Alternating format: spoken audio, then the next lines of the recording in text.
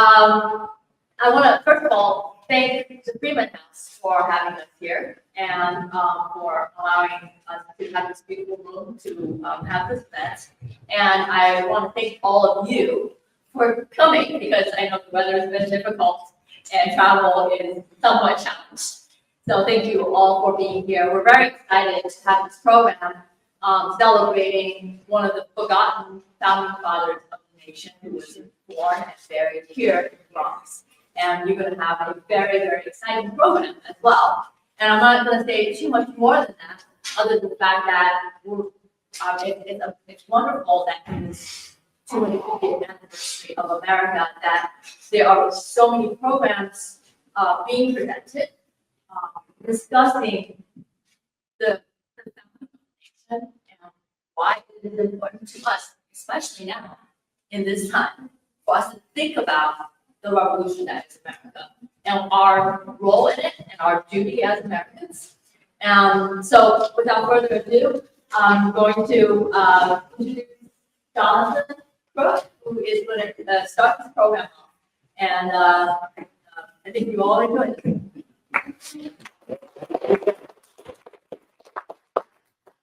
Wait a minute, though. Forgotten. Not here in the Bronx. We've got Morrisania. We've got West Farms. We've got the man who, with his family, opened up this place for true settlement way back in the days even before there was a Declaration of Independence. You didn't forget that, did you? Well, Gouverneur Morris had something to do with that. He encouraged and helped Thomas Jefferson write that document. We didn't forget about Gouverneur Morris. I mean, after all, in the Constitution that people are talking about a lot these days, you got your copy of the Constitution in your pocket, don't you? She said yes, and you don't even have yours. See? Who was it that was the penman of that Constitution? Gouverneur Morris, forget about it, come on. But don't forget about it. We don't want it to continue to be what some say is a forgotten founding father. That's why we are here to celebrate the life, the accomplishments of the Bronx's own Gouverneur Morris. And I'm Jonathan Crook, and a little bit later I'll be sharing some stories of the times and the people that were involved in the bringing together of 13 ragtag colonies, as John Jay, another somewhat forgotten founding father, said, were just a bunch of colonies raising voices in kind of a chaos. But who kind of quelled the chaos? Why, the likes of Gouverneur Morris. And now, with that, to learn a little bit more about this fine figure, we have a renowned scholar over here who is going to not just kind of enlighten you, but educate and no doubt entertain you talking about Gouverneur Morris. Unless I'm missing something on the program here, but I think you're up next, right? We're starting with the Declaration. Oh, how could we not do that? Indeed. Well, we made a little improvisational change with that. So let's hear that document that provides a heart, really, for what became this United States of America. So we have a couple of students and who are going to come up, and maybe you could introduce yourselves and come right over here. Thanks, sir.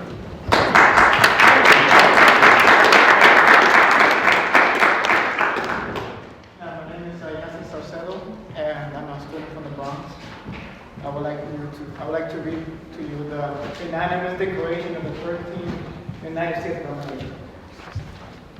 My name is Frank Mathis. I'm the director of the choral program for the FFRCC. I'm also a young person from New York City. Awesome. Hi, my name is Kynan Thistlethwaite. I'm a proud alumni of the Foundation for the Revival of Classical Culture summer program. I took it 2 years, and it was such a really meaningful experience, and I'm really happy to have done it. I'm 23 now, about to turn 24 next month. I just graduated from college, and I'm happy to be here with all of you.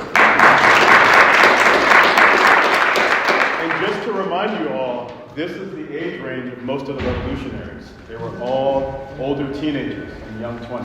Very, very young. Wait a minute, they weren't older white men? All right. A handful of them. A few before.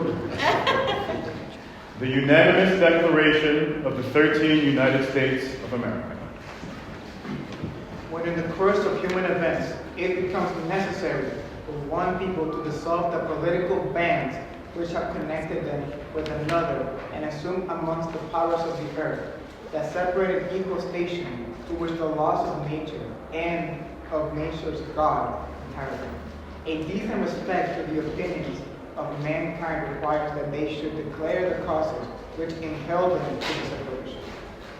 We hold these truths to be self-evident, that all men are created equal, that they are endowed by their Creator with a certain unalienable rights, that among these are life, liberty, and the pursuit of happiness.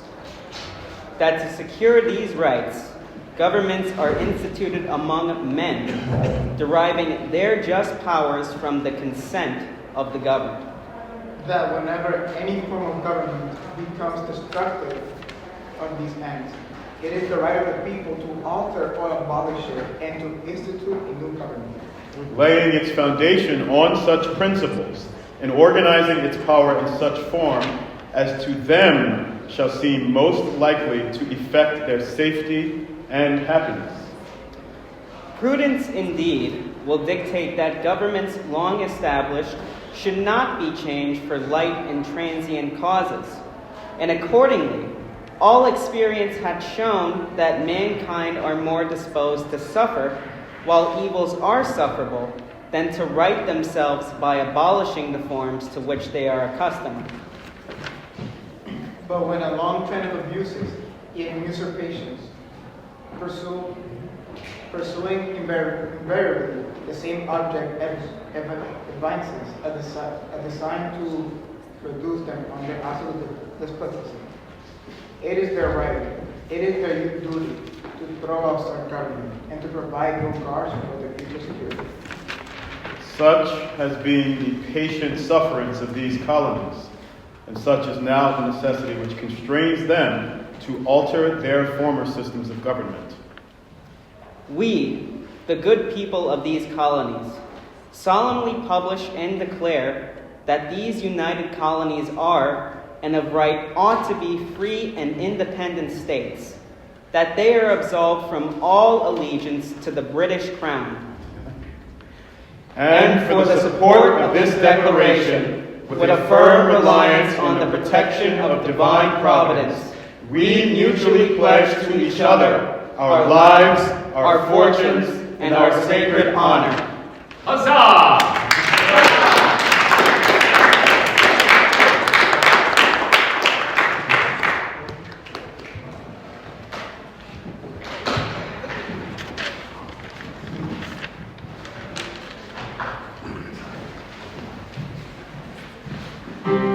Jonathan Green.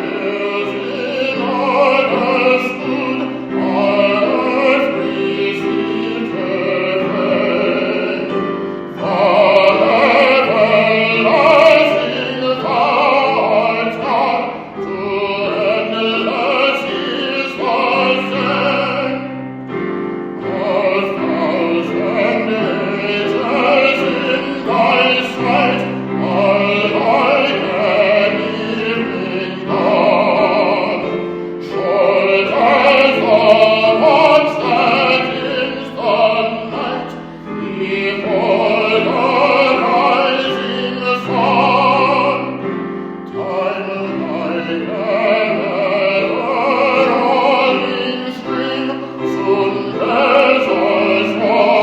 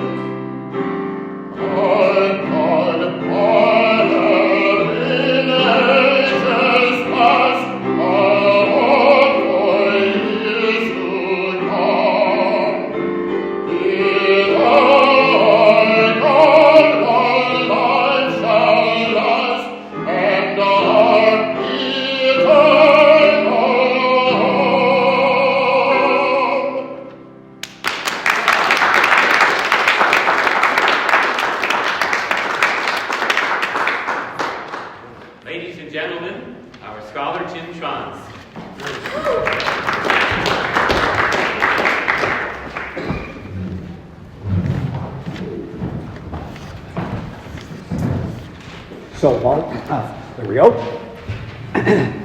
So, first of all, forgive my barking at you through my cold of the week, but we'll do what we can to make it all work. I thank you all for coming out and bearing resistance to the cold and the elements to be here today. It's my pleasure to be speaking to you on none other than Gouverneur Morris's birthday. So, let's chat a little bit about just who this remarkable individual was. But before delving in, if I may, I would like to ask from among you who, prior to coming to this event, knew anything about Gouverneur Morris. So that's already remarkable. I have to say, I ask this question all around the country, and if I get a hand, it's fortunate. So we have a very well-informed group here in the Bronx. You should be proud. So one of the things that we want to explore is why this man with the unusual name and the remarkable contribution to our nation's legacy is so ill-remembered. In fact, it's extraordinary that of all of our founding fathers, to my knowledge, there is no public statuary commemorating Gouverneur Morris anywhere in the country. Not even Anywhere, in the Bronx. not even in the Bronx. Imagine. So, I'd like to suggest that this is a particularly apt time in our nation's history to be considering his contributions and to set the record straight. First of all, almost no day goes by without reference to a constitutional crisis. Secondly, there is, in judicial circles, a very strong element advocating on behalf of what is known as originalism as an interpretation of our Constitution. And thirdly, we are, of course, at the beginning of our semi-quincentennial, the 250th anniversary of the country.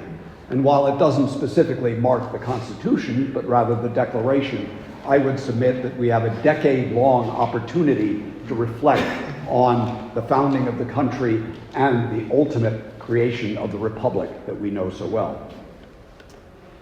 I would contend, furthermore, that you could not be a judicial originalist without first passing through the thoughts and contributions of Gouverneur Morris. He was, without question, arguably among our first true Americans, and the founder's founder for all time. It is time, indeed it is past time, that we pay due attention to this extraordinary individual and visionary, a true original. Here we see him signing the famous document before Washington, and you can always identify Gouverneur Morris in images of that period by his signature peg leg, which you see displayed here in the signing. So, let's begin, if we may, sadly, with an ending. And it's a tragic one at that. So, for the handful of people who had previously known of Gouverneur Morris, let's try another one. How many know who Hamilton was? There we go. Okay, what you probably didn't know, however, that those two were very, very close. In fact, so close that on that infamous day, July 12th, 1804, Eliza Schuyler's first call was to Gouverneur Morris. He rushed to Hamilton's side while he was still alive, and consumed with grief, reluctantly agreed to Eliza's appeal to deliver the eulogy at his funeral. Now that magnificent hymn selection that we just heard, we don't know definitively was sung at Hamilton's funeral in Trinity Church, but in all probability, it was one of the hymns of that era that very likely would have been as part of the liturgy of that day. But I want to spend just a moment, very quickly, on some of the comments that Morris made about his good friend Hamilton at the time of his demise. And please listen very carefully and hear how his comments resonate with us today. I quote, For himself, he feared nothing, but he feared that bad men might, by false professions, acquire your confidence and abuse it to your ruin. Bear this testimony to the memory of my departed friend. I charge you to protect his fame. It is all he has left, all that these poor orphan children will inherit from their father. But my countrymen, that fame may be a rich treasure to you also. Let it be the test by which to examine those who solicit your favor. Disregarding their professions, view their conduct, and on a doubtful occasion, ask, would Hamilton have done this thing? We are blessed today, through the courtesy of Seth Waller, to have an extraordinary document, which is a certificate. I invite you later to come and take a close look, with Gouverneur Morris's signature, evidencing a certificate of the trust that was established for his estate to care for his family and children. Very interesting document and very relevant to exactly what we're commemorating today. So, lest anyone question the mutual shared affection between Morris and their respectful admiration and Hamilton, let's hear from Hamilton himself. You, friend Morris, are by birth a native of this country, very important since Hamilton was not, the island of Nevis, but by genius and exotic. So we'll get into more of just how exotic and how much of a genius Morris in fact was. So he wasn't the only one, that is Hamilton, to note on Morris's particular genius. Another was William Pierce from Georgia, no friend of Morris to be sure. And this is what he had to say about him at the Constitutional Convention. Gouverneur Morris is one of those geniuses in whom every species of talent combined to render him conspicuous and flourishing in public debate. No man has more wit, nor can anyone engage the attention more than Mr. Morris, unquote. However, as Hamilton whimsically also observed, he's a man of great genius, liable, however, to be occasionally influenced by his fancy, which sometimes outruns his discretion. Just a hint of what is to come.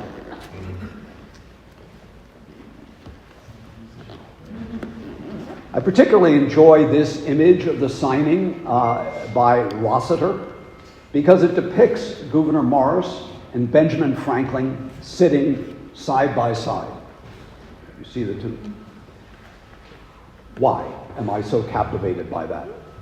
Well, I'm going to turn back to the annals of the Atlantic magazine, which still exists, as you may know, in 1886, when the illustrious Henry Cabot Lodge of Massachusetts made the following comments about Gouverneur Morris. Quote, he had a sharp wit, a strong sense of humor, and a capacity for amusing satire which are to be seen in all of his writings.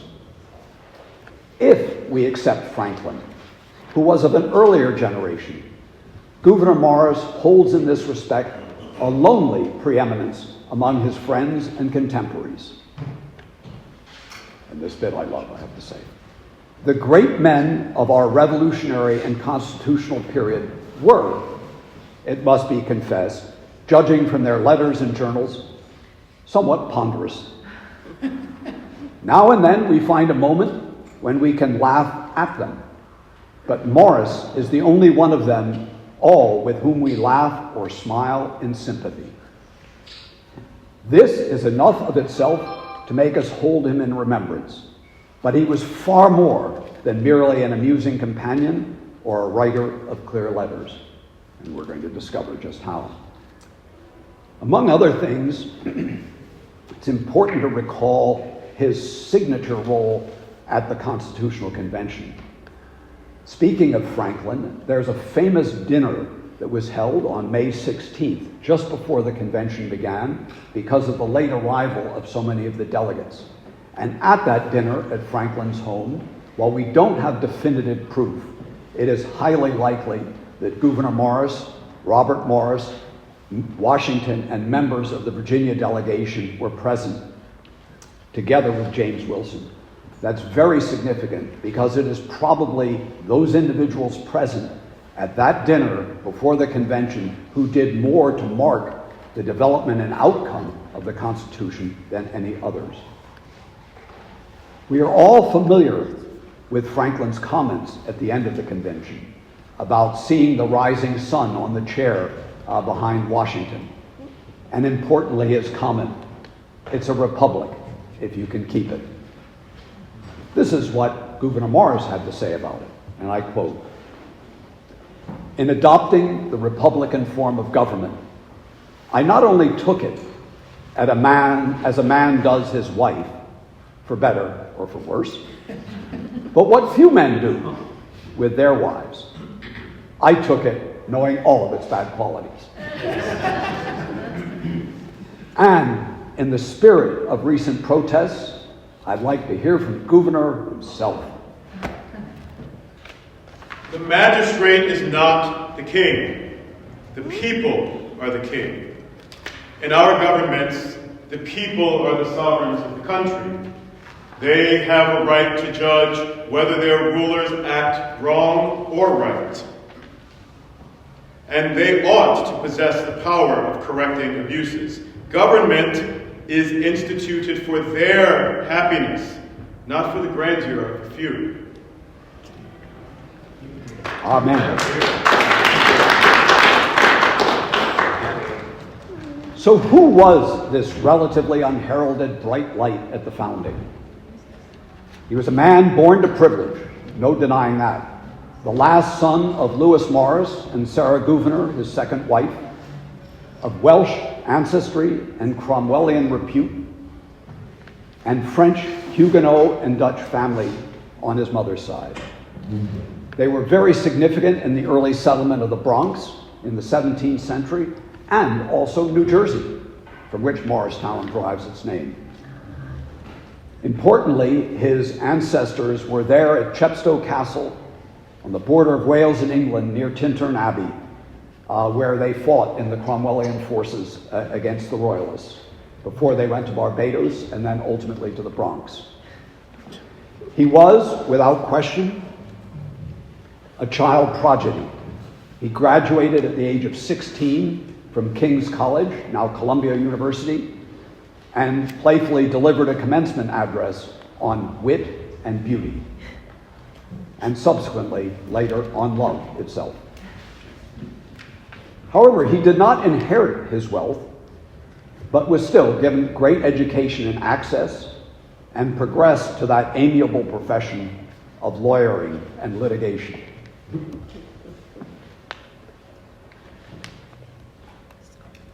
His half-brother, Louis, importantly, on this semi-quincentennial year, was a signer of the Declaration of Independence, and is alleged famously to have said, "Damn the consequences, give me the pen." But it was a family deeply divided, with another half-brother serving as a general in the British Army, his own mother a loyalist. But GM, that is Gouverneur Morris, was caught up in the spirit of resistance and liberty. He had this to say: "Independence is absolutely necessary. We have petitioned, we have remonstrated, we have supplicated, all in vain. There remains only the firm resolution to be free, and to support that freedom with whatever sacrifices it may require." He became a delegate to the Provincial Congress, joined the militia, and became a delegate to the New York State Assembly.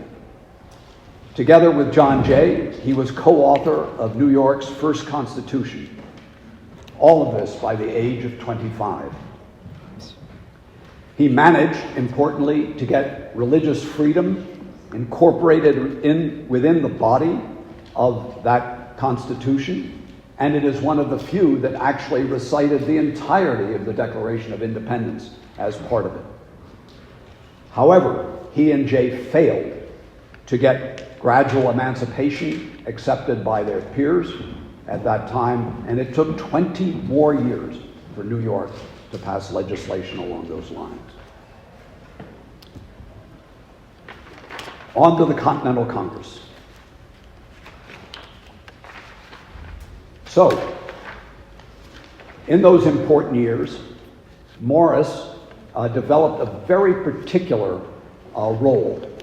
He very quickly became a great admirer of General Washington, visited him at Valley Forge, supported him against the Conway Cabal, and was one of the principal advocates for Washington and the Army in the Continental Congress. Moreover, he worked tirelessly in Congress on sundry committees and drafting communications on military matters, foreign affairs, and importantly, finance, serving ultimately as an inspiration for Hamilton in this regard.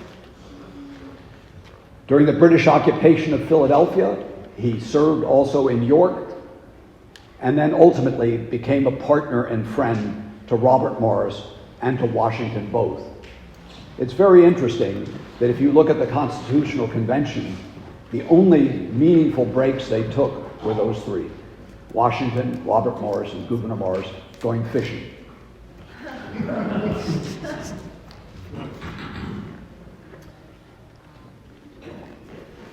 Interestingly enough, even though he was an investor in the Bank of North America and a partner of Robert Morris, and this is a delicate matter to raise, but it's an important one, I think, he, unlike many, did not end up in financial ruin at the end of his career. Not like Robert Morris, his mentor, not like James Wilson, another very significant contributor, the head of the Committee of Detail, and one of the first meaningful drafts of the Constitution, and a Supreme Court justice. Not like Jefferson, not like Monroe, not like Madison, and not even like Hamilton himself. So bear that in mind, because he brought unique savvy not only to the affairs of the country, but also to his own. He was the youngest signer of the Articles of Confederation, and to my knowledge, correct me if you think I'm wrong, he was the only signer of both the Articles and the Constitution to have done so from two different states. Hold that in mind.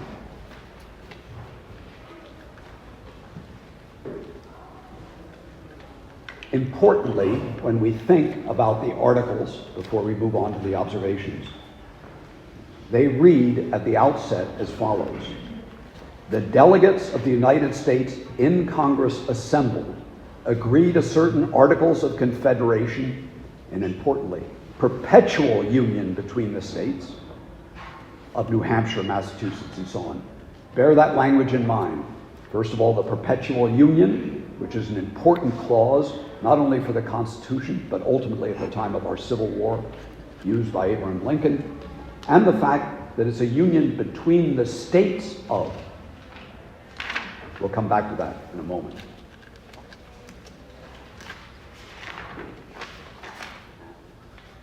So, at the time, in 1777 and 1778, a not very well-known episode followed, which is the British were preparing to seek peace with the rebelling colonies. They had done this once before, famously on Staten Island, after the extraordinary victory they had over Washington in the Battle of Brooklyn, or Long Island as it's come to be known.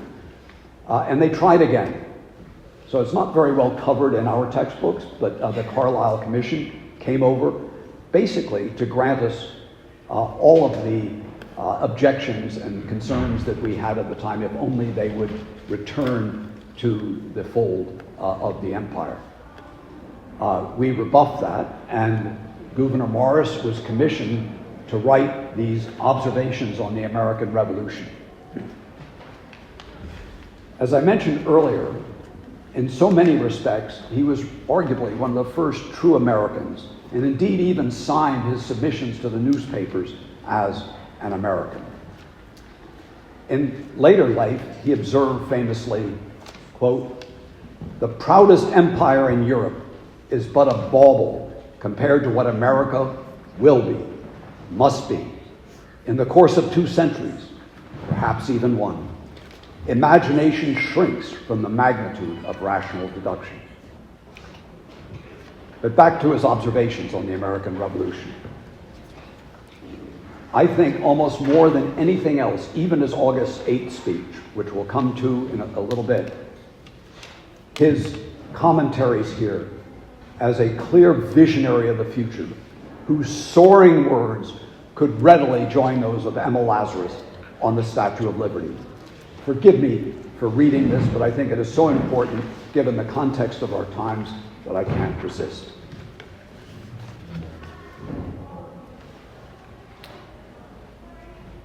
"The portals of the temple we have raised to freedom shall then be thrown wide open as an asylum to mankind. America shall receive to her bosom and comfort and cheer the oppressed, the miserable, and the poor of every nation and of every clime. The enterprise of extending commerce shall wave her friendly flag over the billows of the remotest regions. Industry shall collect and bear to her shores all the various productions of the earth, and all by which human life and human manners are polished and adorned. In becoming acquainted with the religions, the customs, and the laws, the wisdom, virtues, and follies and prejudices of different countries, we shall be taught to cherish the principles of general benevolence. We shall learn to consider all men as our brethren, being equally children of the universal parent. That God of the heavens and of the earth, whose infinite majesty for providential favor during the late Revolution, almighty power in our preservation from impending ruin, and gracious mercy in our redemption from the iron shackles of despotism, we cannot cease with gratitude and with deep humility to praise, to reverence, and adore. Wow. So, let's move along, if we may, to 1780. Forgive me, I'm going to shed my jacket if you don't mind, it's a little warm. Gives me an opportunity also to reveal my preamble tie for you. So, in 1780, tragedy strikes, and Morris in Philadelphia loses his leg in a carriage accident.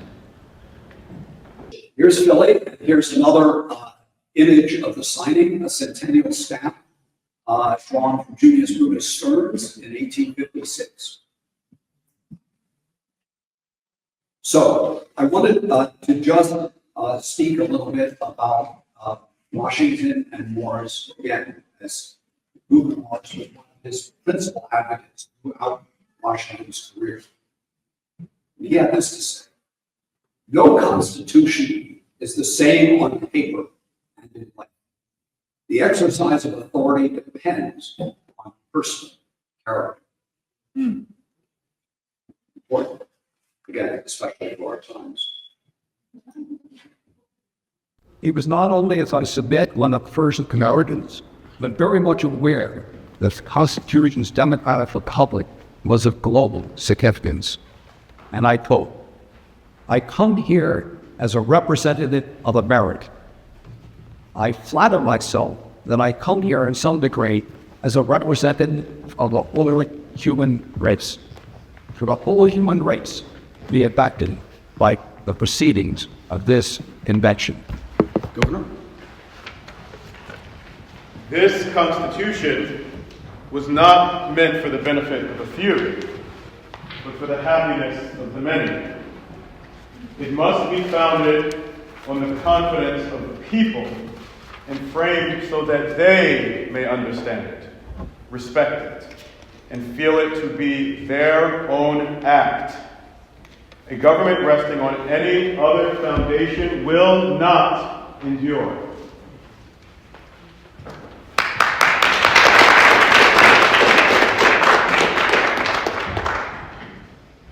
So where was the Constitution drafted then?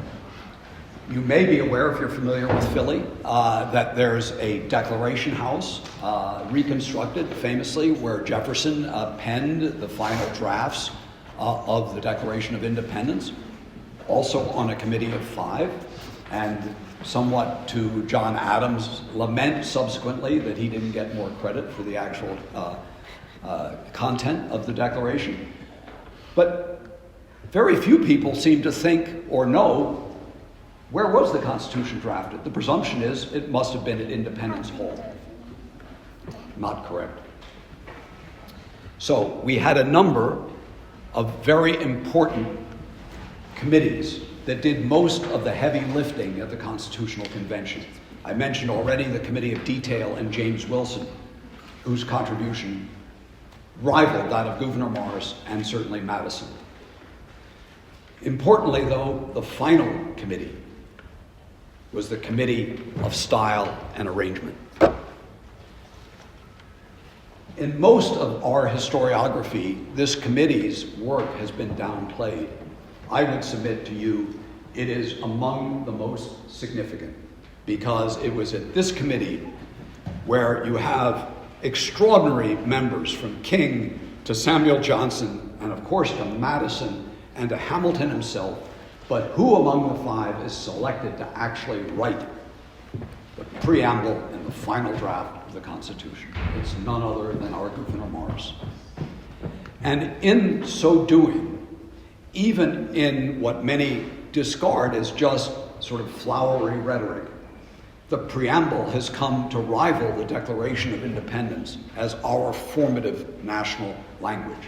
And we're going to hear that recited a little bit later in Spanish, I believe. Why is it so important? Because when the Committee of Detail finished their draft work, it spoke still of we, the people of the states. So importantly, they inserted the notion of popular sovereignty, but it was still a federation of states. And it was Morris and his preamble that ultimately gave us that document that reads so beautifully to our ears, we, the people of the United States. A change in the concept of sovereignty that endures through our national history, but has global impact and significance for all peoples. So why was Morris chosen over the others, luminaries all at the Committee of Style and Arrangement? Well, I mentioned already the general acknowledgement of his genius and the gift of language that he brought to bear, his experience on the New York State Constitution. And although, interestingly, he was absent for virtually the entire month of June due to events in Morrisania here in the Bronx, he was the most outspoken delegate at the convention, speaking more than 173 times. Moreover, as I mentioned earlier, he represented 2 different states, New York originally at the Articles and Pennsylvania in the Constitution. A true American. Moreover, Madison also, in addition to crediting Morris with his contribution and his role on the Committee of Style and Arrangement, he also saw in Morris a very particular quality that is important. He mentioned the correctness of Mr. Morris's language is particularly favorable to a reporter. And so you may recall that Madison wrote the notes on the Constitutional Convention. To the brilliance of his genius, Morris adds what is too rare, a candid surrender of his opinions when the lights of discussion satisfied him that they had been too hastily formed, and a readiness to aid in making the best of measures in which he had been overruled. Imagine somebody willing to actually compromise in the halls of our government. So,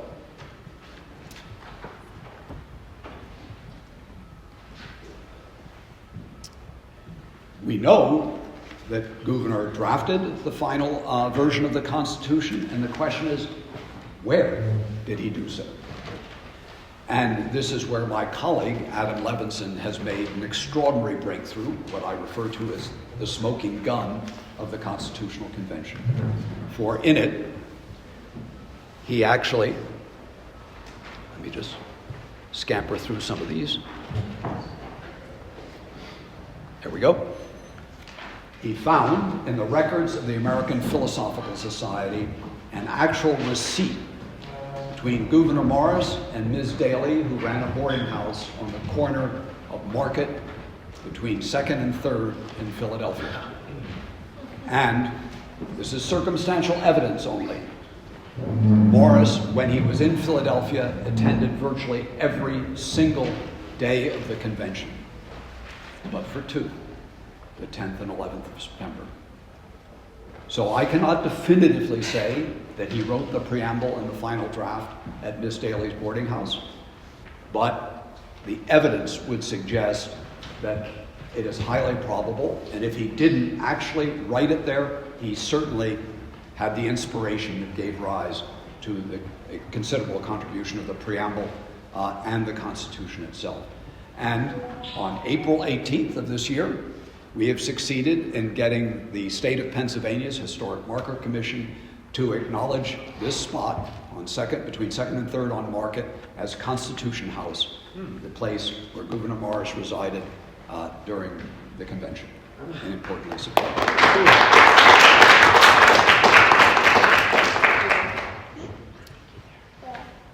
So, I mentioned already the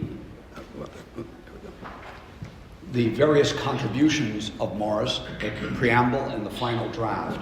I just want to very quickly cite some of those important elements. First of all, he edited down what had originally been 23 articles to just 7. And equally importantly, he made the first 3 about the 3 co-equal branches of government.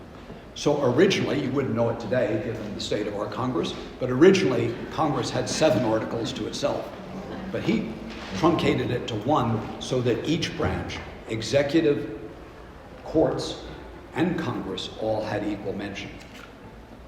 He also importantly scripted the ratification process, and in a form of genius, basically for public relation purposes, represented the outcome of the convention as though it were a wholly unanimous decision. Now, for you students of the convention, you will recognize that that was not really the case, but listen to his language. Done in convention by the unanimous consent of the states present, the 17th of September, in witness whereof we have hereunto subscribed our names. Why is that important? Especially here in the Bronx and in New York. Because 2 of the New York representatives had left the convention at that point, leaving only Alexander Hamilton, who did not have the authority to sign on behalf of New York State, but signed it nonetheless. So think again, by the unanimous consent of the states present. Of course, Rhode Island was not present either. Anyway, so let's quickly move on. I realize we're pressed a little bit for time here. Importantly, Morris and Hamilton together scripted the committal letter, which is often given short shrift. It should not be. It's the important letter that accompanied the Constitution when it went out to the nations. You can see it here in the upper left, and here in handwritten version, Morris's own. Very important, because it was that letter signed by George Washington which became the important transmittal document for the Constitution to the ratification conventions in each of the respective states. So,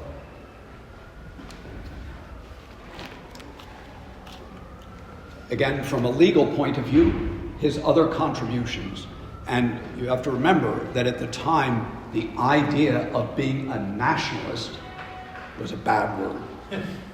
And so those who were of that persuasion, Washington, Morris, Hamilton, certainly to some extent even Madison, shifted it to actually being called a federalist. And that became the watchword for people who were in favor of a strong central government. In his redrafting of the Constitution, he reinforced the checks and balances throughout government and gave the opportunity for the nation to stand out over the respective states. He importantly inserted the necessary and proper clause, the vesting clauses of each of the channels of government, judicial review as the law of the land, the commerce clause, the contract clause, impeachment, and many other details. And if you ever want to read about it, Dean Trenor of Georgetown Law has written an excellent piece on this entitled the something Scrivener of the Constitution. Not the most flattering title, but the essence of it is to give great credit to Gouverneur Morris and the changes he made in the final draft. Importantly, and I just want to summarize it here, the guiding principles. Morris was deeply committed to the notion of minority rights versus the risk of the tyranny of the majority. He was always mindful of the risks of mobocracy, having seen it firsthand in New York and in Philadelphia earlier. He also became the first-hand witness and most important witness of the terror during the French Revolution, which confirmed his great concerns about that risk of the tyranny of the majority. He also firmly believed in what I will refer to as a representative, not a delegative democracy, and not a democracy alone, but a democratic federal republic. Those words are very important in concert together. Not just democracy, but a federal democratic republic under the laws of the land. He had one, however, meaningful failure at the convention. And it was following his August 8th speech, one of the most stirring in the Constitutional Convention. So I turn again to Gouverneur to speak on the topic of the nefarious institution. Slavery is the curse of heaven on the states where it prevails. Compare the free regions of the world with those cursed with this evil, and you will find the former prosperous and happy, the latter poor and miserable. Upon what principle shall the slaves be computed in the representation? Are they men? Then make them citizens and let them vote. Are they property? Why then is no other property included?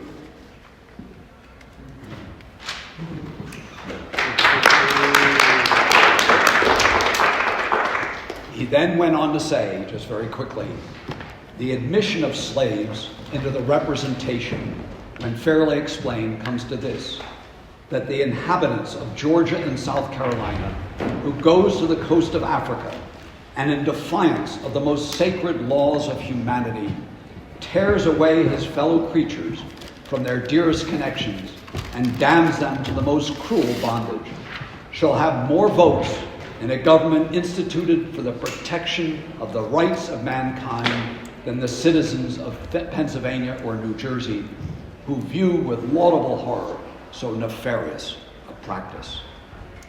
I will add, and I want you really to hold on to this comment, I will add that domestic slavery is the most prominent feature in the aristocratic countenance of the proposed Constitution. The vassalage of the poor has ever been the favorite offspring of aristocracy. I leave that with you because when we get to the next topic, which is, why have we forgotten about this extraordinary man? One of the claims is that Morris was an aristocrat. Are those the words of an aristocrat? I don't think so. So why did he fall into disfavor from an historiographical point of view? I have several theses to offer. First is Churchill, who famously made the comment that history would be kind to him because he intended to write it. So guess what? Who wrote the history of the Constitution? James Madison. He didn't write Gouverneur Morris out of it, but he certainly downplayed the role and significance of him. And Morris was self-confident enough that he never deigned to self-promotion. Importantly, the first person that Hamilton went to support him in the Federalist Papers was Morris, and he respectfully declined, and Madison took his place. Second reason, the Virginia dynasty, the slaveholders dominant. Now, I'm making this comment not to tear anybody off their pedestal, but it's an important observation. After Adams' defeat, we had years of Jefferson, Madison, and Monroe in succession. And ultimately, it was they, the Democratic Republicans, who wrote the history of our founding. And it stuck, with the result that many of the Federalists were written out of it, including, by the way, Hamilton, until very recently, who got very short shrift in comments about the founding of the country. In that context, I think also because Morris famously represented two states, neither one of them sort of rallied around in promoting him in a singular way as one of the most critical founders. Third, he never really sought major office. That's significant. He became, when he returned from Paris, a senator from the state of New York, but he never campaigned actively for the role, never became a member of the administration, etc., despite his important work behind the scenes. And importantly, he was out of the country during that critical decade from 1788 to 1798. And when he returned, Washington was no more. So I think those were all factors in relegating him to a lesser role. Three more. He was very dismayed by the direction of the country under the Democratic Republicans, even though he had the courage of his conviction to support certain initiatives, for example, the Louisiana Purchase, and even Jefferson's election, because of a question of character. But he was very opposed and upset about the War of 1812, and less positively, even lent his verbal support to the Hartford Convention. Of course, that became the demise of the Federalist Party, and he, along with the party, fell out of favor. Significantly also, I would submit to you that in the United States, in the 19th and 20th centuries in particular, a puritanical mores came over the country, and we sort of like to have our founders as dour and serious-minded and not so clever or fun-loving as Gouverneur. So his promiscuous behavior, particularly in France, fell out of favor of the mores of the 19th and 20th century.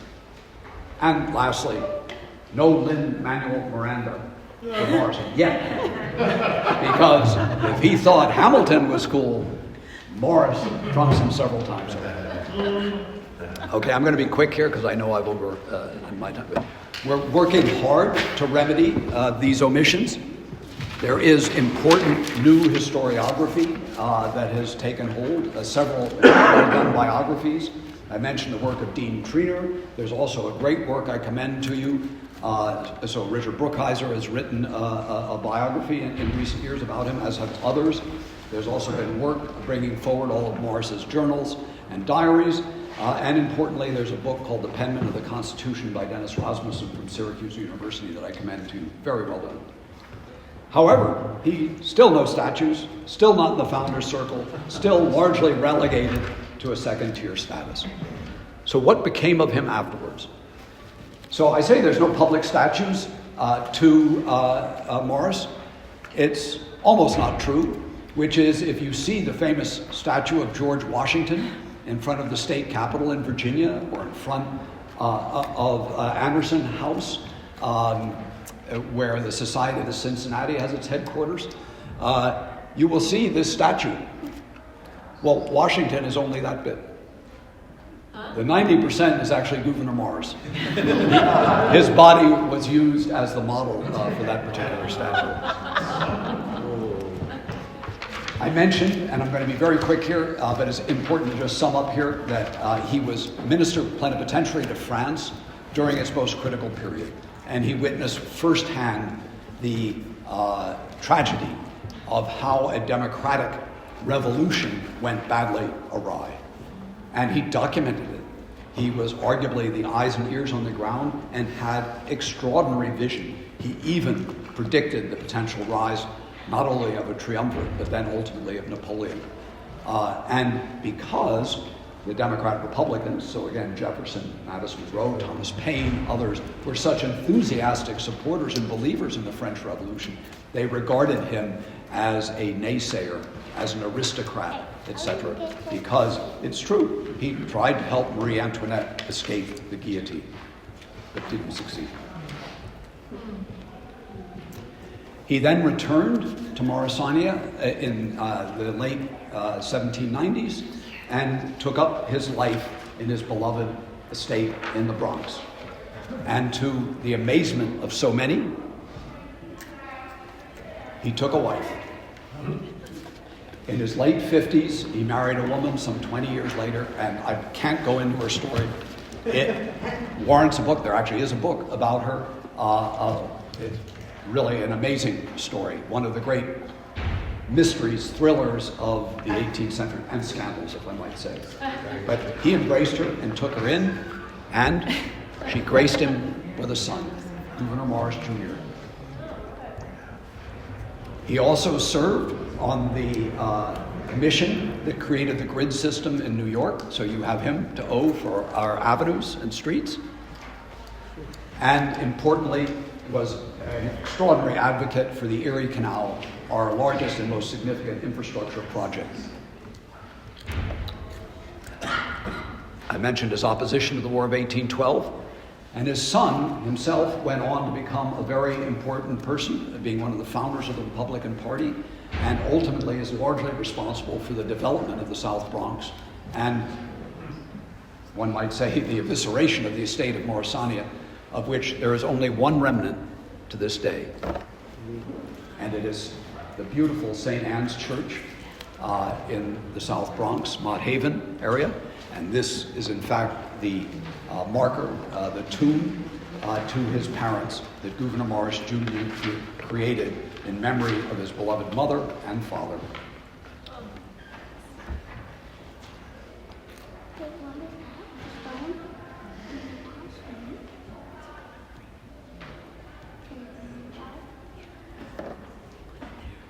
So I mentioned, as beautiful as St. Anne's is, it comes out of the poorest congressional district in an urban area in the United States. And so it is lean, to say the least. The sanctuary is lovely, but the crypt is in very poor condition. And it's not new. You can see here an article from the 1920s lamenting the state of Morris's grave. And so we are working actively, if you're interested, to try and repair, restore, and preserve that site, not just because of Gouverneur Morris, but as the Patriots Church is one of the most significant landmarks in the whole borough of the Bronx. I want to finish with just two comments here. One from Teddy Roosevelt, who famously wrote a biography of Morris. And he makes this comment. He took a most prominent part in bringing about the independence of the colonies, and afterwards in welding them into a single powerful nation, whose greatness he both foresaw and foretold. With all his faults, there are few men of his generation to whom the country owes more than to Gouverneur Morris. But it would be unseemly to finish a chat about Gouverneur Morris with not allowing him to have the final word. So here we go. Quote, "I have frequently been the servant of the people, always their friend, but at no moment of my life their flatterer.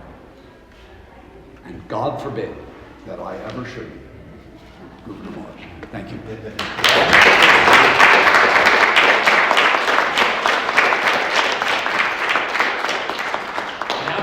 Before we share some lively stories and songs to wrap up our program, we will have a version of the preamble of the Constitution written by Gouverneur Morris, now recited.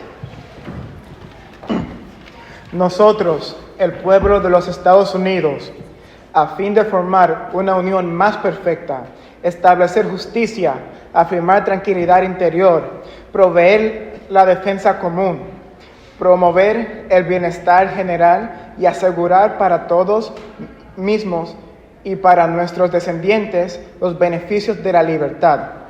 Estatuimos y sancionamos esta Constitución para los Estados Unidos de América.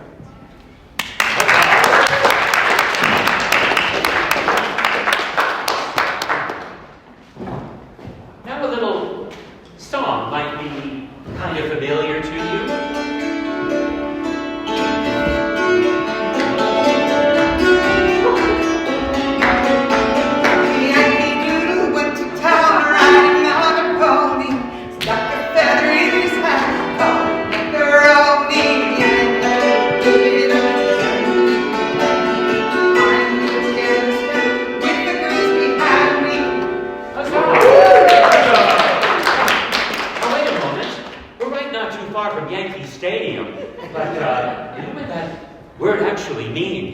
It comes from a nickname the Dutch had for the English.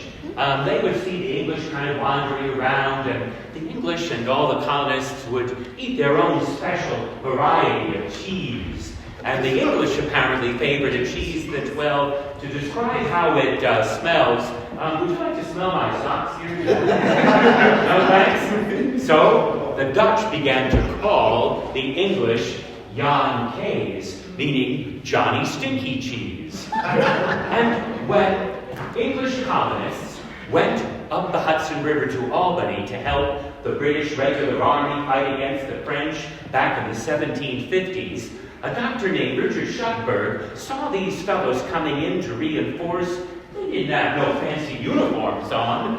They had holes in their frocked coats, stockings falling down, and the big thing, they thought all they had to do to look fancy was to stick a feather in their hat, and then they called themselves macaroni. And that was the finest fashion of the day. I mean, of the day in London and Paris. They would put powder on their faces, draw little hearts, wear 6-inch heels, have great big wigs, really tight coats and tight pants, lots of brocade. Are you getting some fashion tips here? And that was just the men. And the women had battleships literally in their hair, 2 feet tall. That's a macaroni. The guy sticking a feather in his hat. So the doctor thinks he's going to tease these colonists by making up a song. So he took a little melody and turned the words around, and when he said Yankee Doodle, that meant Johnny Stinky Cheese, the idiot. A doodle is someone with dead wood in their head. Went to town. How did they travel? Riding on a pony like some little kid. And he sticks a feather in his hat, thinks he's in the finest fashion of the day. Oh yeah, Yankee Doodle, keep it up. You're a dandy. You better watch out, because, and with the girls be handy, meaning, we're going to steal your girlfriends from you.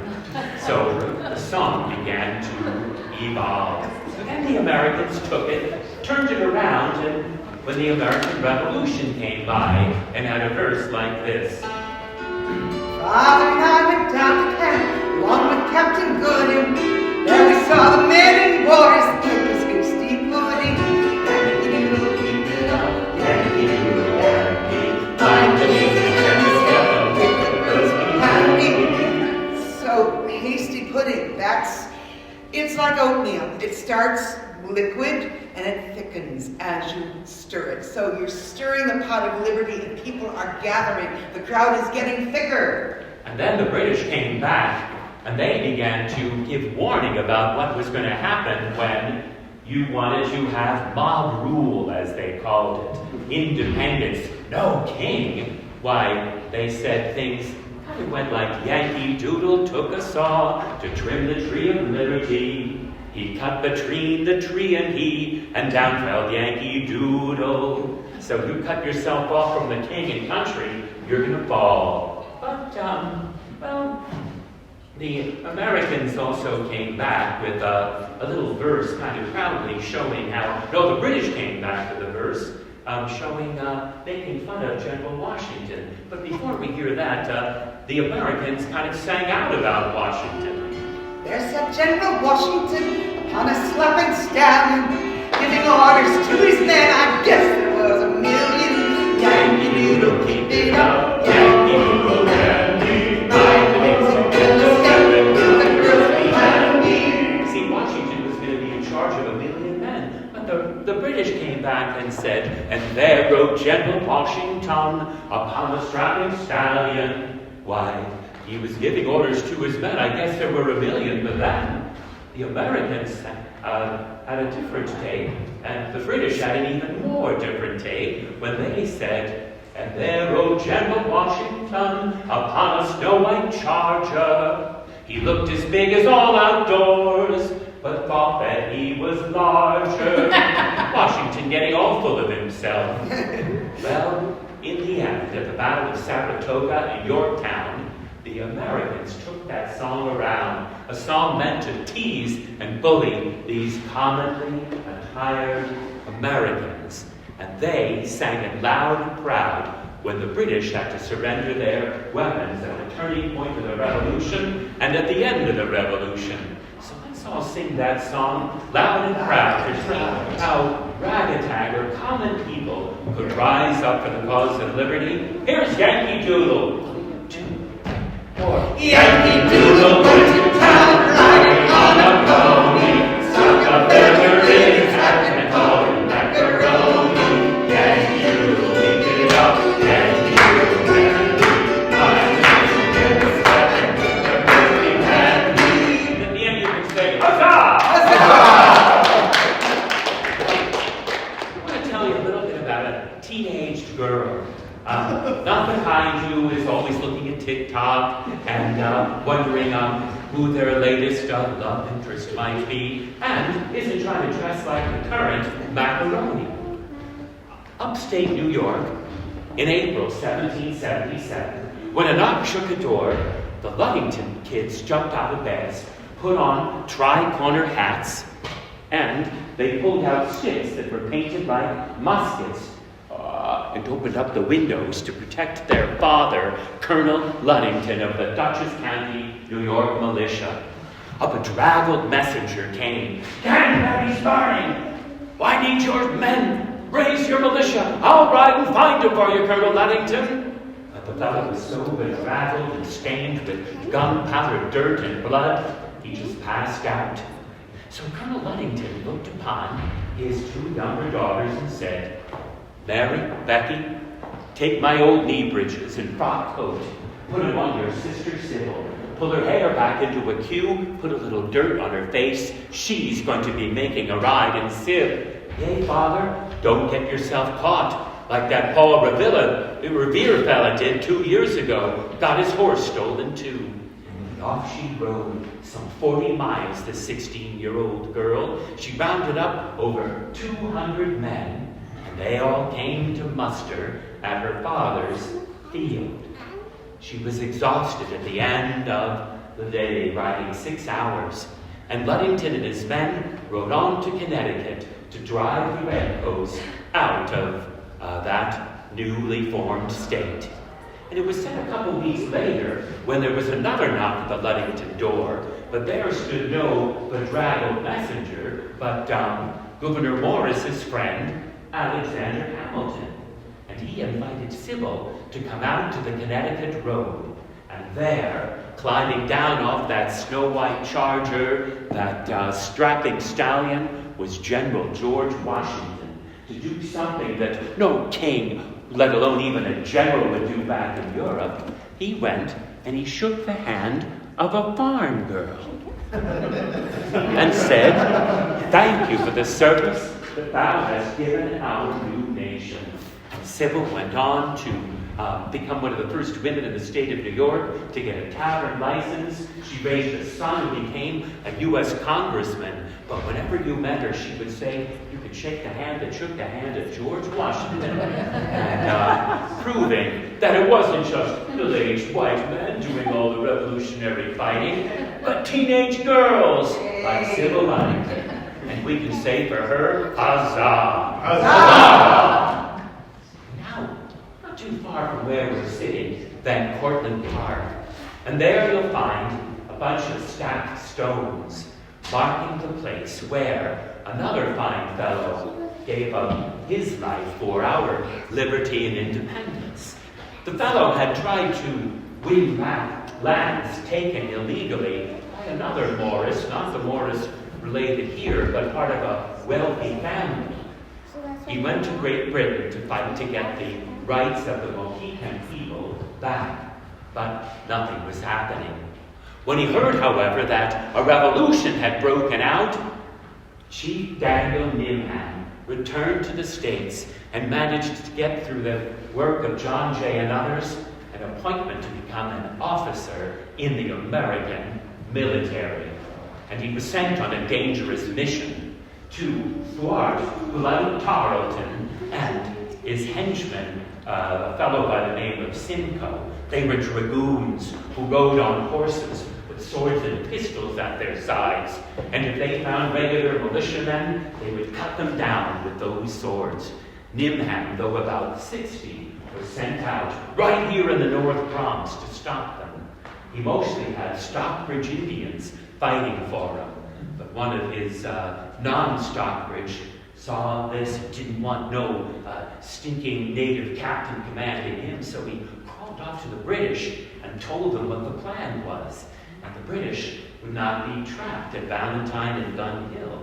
And Nimham, however, didn't give up his mission. He went out with his men, though they were outnumbered by the British on horses, and he went out and they would run, grab the redcoats by their boots, pull them off their mounts, and they would take something called an addle-addle, kind of like this cane, and they would whack the redcoats on the head and, well, brain them. And, well, they slowed the redcoats down, but Nimham took a bullet in his chest and fell.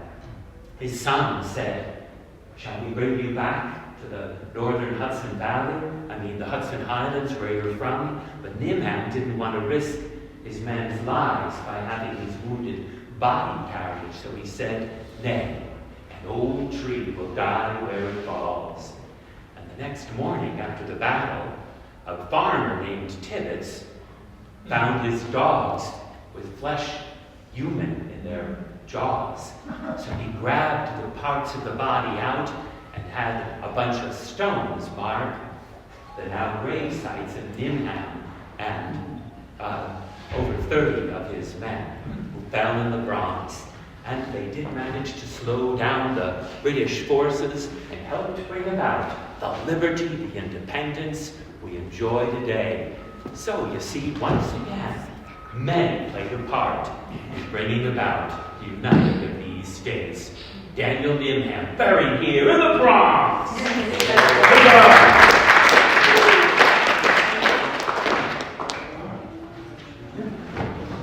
Little song for you to rouse your spirits. And historical context, at the time that Yankee Doodle was the most popular song in the country, Chester was the second most popular song in the country. It was the de facto American anthem before we had a national anthem. So this is Chester, and it was sung by people up in Boston, people down in Philly, fighters in New York, all young Americans. Ready? We have a representation of our Bronx Youth Chorus here as well.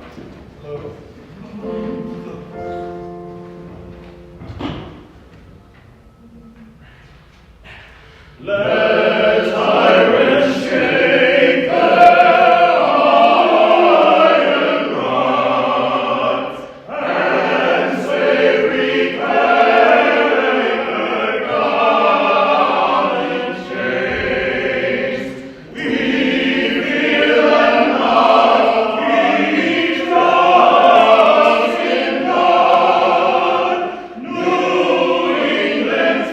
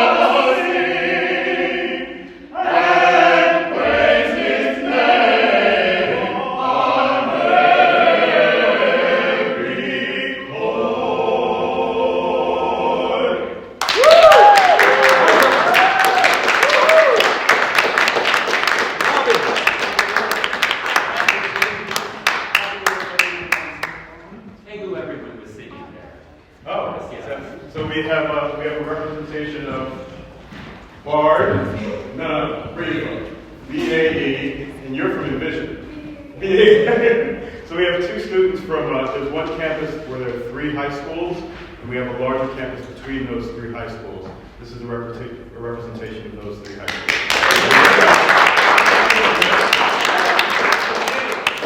Oh, this is Khalil, and this is Agnes.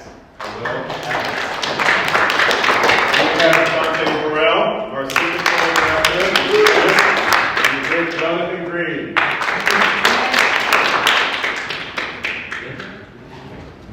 The instrument you're hearing here is the hammered dulcimer. Originated in Persia in the 11th century. Came to America in the 1600s, Scottish immigrants. It was great for dances and a lovely instrument that became the piano. Hammers hitting strings. This is where it began in Persia in the 11th century. This song is for the women who had to say goodbye to the soldiers and not know when they'd ever see them again. Soldiers marching away, the women left with their fears and their love, and they're just bursting with it, and where else to put it but in music. This song originally came to America with the Irish recruits in the French and Indian War. So it was being sung all around here, but it was in Gaelic. And by the time of the Revolution, the people of the Hudson Valley had made this song their own. It was now in English. It still's got some odd little phrases, little nonsense words that once meant, that once was Gaelic, meaning come away with me, my love. And she sings in it of dyeing her dress red, because a red dress is a symbol of her faithfulness waiting for Johnny. She also sings of Buttermilk Hill. Buttermilk Hill is in Tarrant.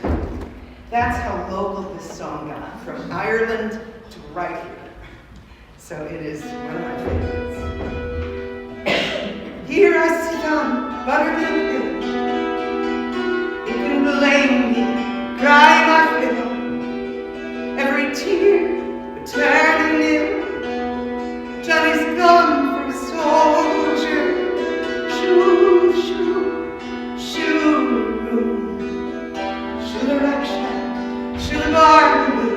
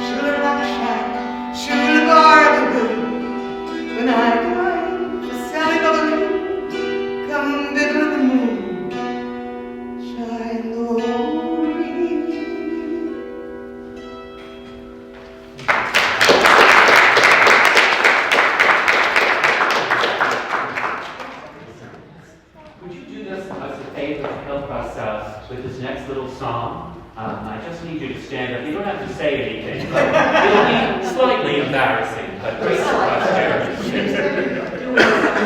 But first, hear the song. Hear the song. So that we know what you're about to do. You can sit down. And it goes.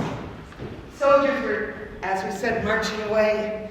And, well, a girl's got to get one before he leaves. So this is a desperate, desperate song. In a time of hardship, a time when soldiers were freezing at Valley Forge, and you could find them by the bloody footprints in the snow. That kind of deprivation of clothing, all of that, well, she's going to solve it for this soldier. They turn this tragedy into something that made them laugh. Soldier, soldier, will you marry me with your musket, fife, and drum? How can I marry such a pretty girl as you when I've got no shoes to put on? Off to the shoe shop she did go, fast as she could run. Running back, the finest was there. The soldier put it on. Oh, soldier, soldier, will you marry me with your musket, fife, and drum? How can I marry such a pretty girl as you when I've got no coat to put on? Off to the coat shop she did go, fast as she could run.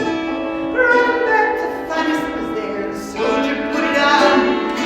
Soldier, soldier, will you marry me with your musket, fife, and drum? How can I marry such a pretty girl as you when I've got no hat to put on? Off to the hat shop she did go, fast as she could run. Running back, the finest was there. The soldier put it on. Well, soldier, soldier, will you marry me now with your musket, fife, and drum? How can I marry such a pretty girl as you? With a wife and 12 children at home.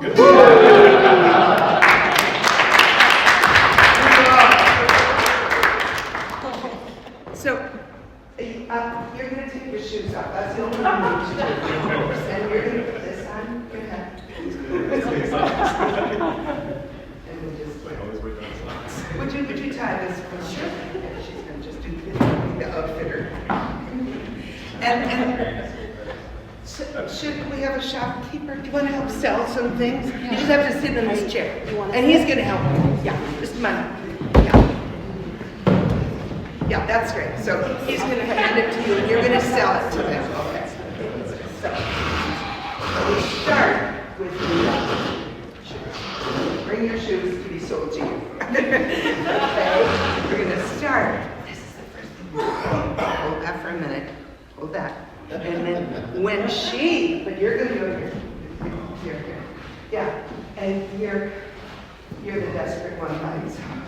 You don't have to say a word, just sing it and you like act it. And then, then you run, but get back so you can run. Get back to this so you can run there by the things. Okay. Okay, all you have to do is listen and you're just like, whatever. Just like, okay. And then you get desperate at the end. Do whatever you want to at the end. Okay. No pressure. Soldier, soldier, will you? Just let him. Soldier, soldier, will you marry me? I'll sit by the drum. How can I marry such pretty girl as you when I've got no shoes to put on? So off to the shoe shop she did go, as fast as she could run. Running back the funnies of the day, and soldier put it on. Soldier, soldier, will you marry me? I'll stick by the drum. How can I marry such a pretty girl as you when I've got no coat to put on? So off to the coat shop she did go, fast as she could run. Running back the funnies of the day, and soldier put it on. Soldier, soldier, will you marry me? Drum.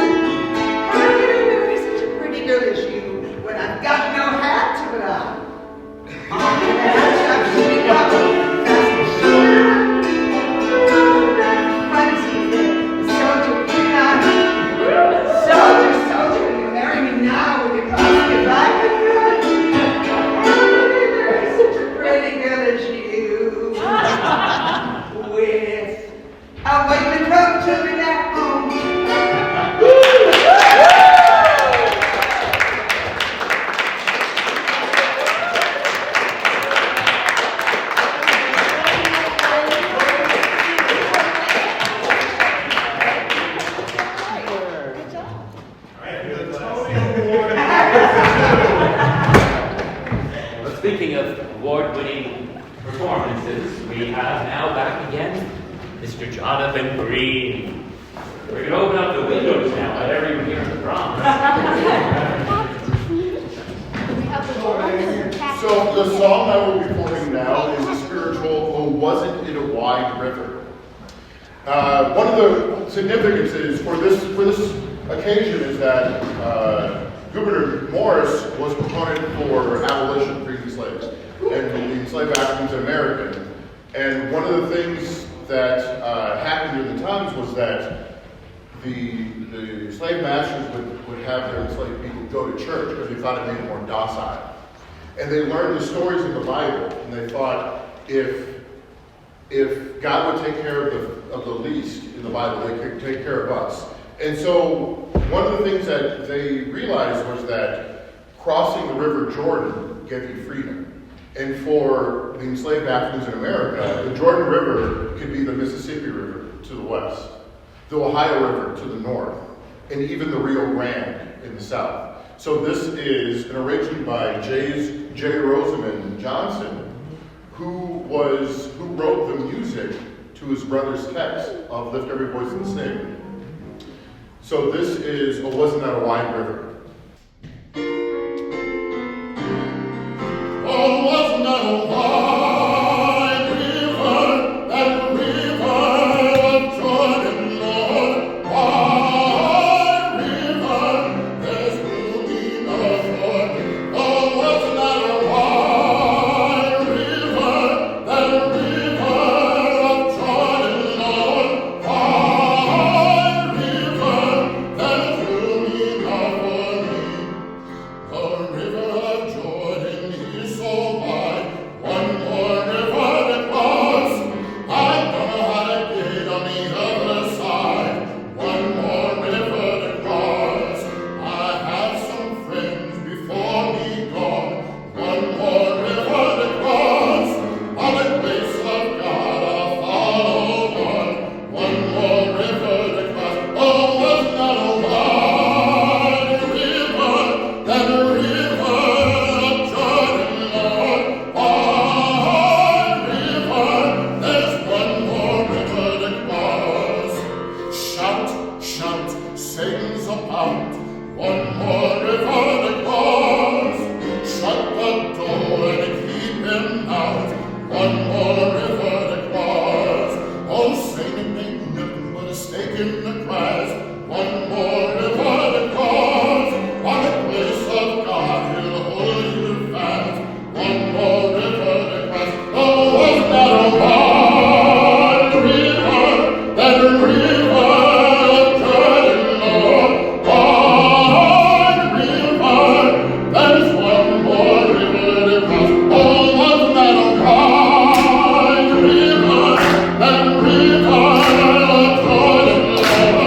Wide river, there's one more river to cross. Oh, wasn't that a wide river, that river of Jordan, Lord? Wide river, there's one more river to cross. Oh, wasn't that a wide river, that river of Jordan, Lord?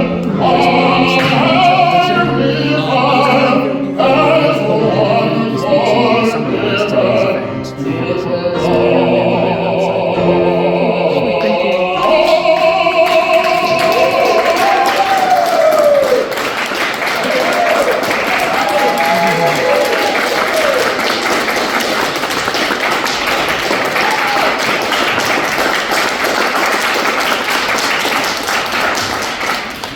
one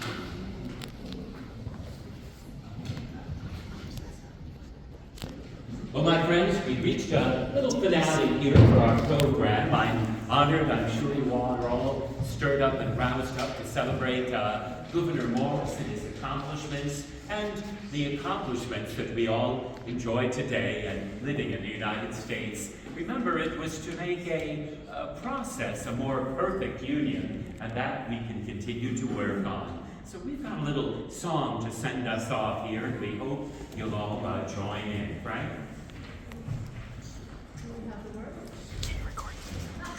Yeah, but behind the words. I can't put them up. So, you guys will catch on really, really quick. This is a call and response song. If you've heard it before and you know it, I better hear you sing it from the audience. It's called the Battle Cry of Freedom. Call and response, call and response. The response is shouting the battle cry of freedom. Shouting the battle cry of freedom. Shouting the battle cry of freedom. You'll get it. Yes, we'll rally around the flag.